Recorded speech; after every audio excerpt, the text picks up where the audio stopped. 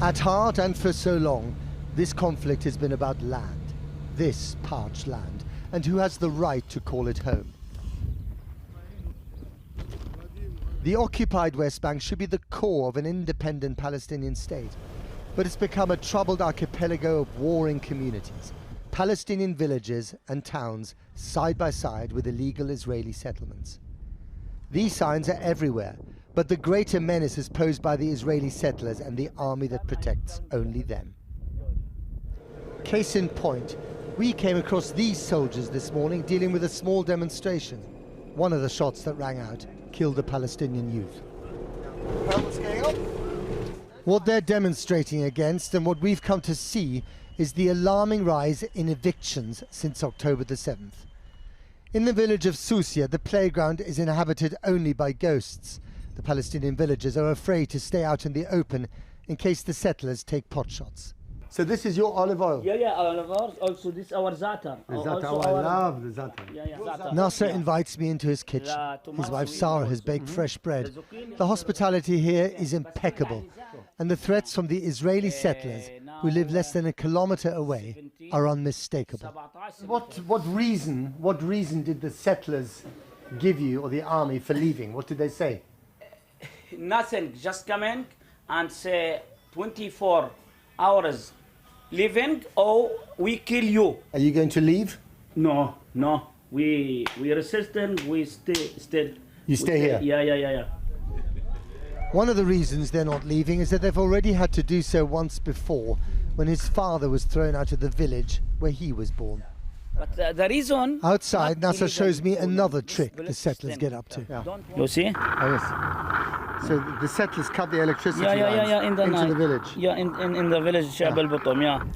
As you can see, the main access from the road to the village has been blocked by these boulders, which have been moved here by the settlers in the middle of the night, just as they block the local well for the village and they cut the electricity wires. They do everything they can to render life in these villages unlivable.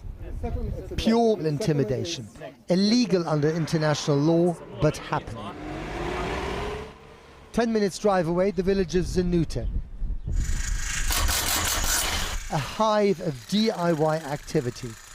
But here they're not building, they're dismantling, packing up to leave for good. In Zanuta, the threat has worked. يعني نروح على منطقة عند مجازف عند وين الرمادين بالضبط هناك. We're going to another area. It's nearby a checkpoint and Ramadin area. Yeah. It's also area C. But do they have a house there? عندكم دار غاد؟ ولا حاجة. Nothing. في استرابي في السهل. Only like a field. Field. So how will they live? كيف راح تعيشوا هناك؟ بين الله شو نصور. God's help us. God help. And how long have they been here in this place? قديش لكم ساكنين هون؟ استاذنا. I'm sorry. He said it in the beginning, generations. He don't remember. The main reason why the houses here are so flimsy is that the Palestinian villagers never get the permission from the Israeli authorities to build anything more solid, more permanent. And on this door, we find a bitter irony. So it says here, humanitarian support to Palestinians at risk of forcible transfer in the West Bank, and at least a dozen sponsors, including the UK. And guess what? That's exactly what's happening. Forcible transfer of people. Like an insult to those packing up their homes and dismantling their dwellings, straddling the hill next door, the most solid building for miles, the headquarters of the Israeli Settler Authority in this part of the West Bank. Do you have any rights here? We don't have any rights because it's the ones that are responsible for our life, the judge that we are asking them, for example, a permission to build a school, a permission to build a home, are the settlers that are aiming to take us away from here.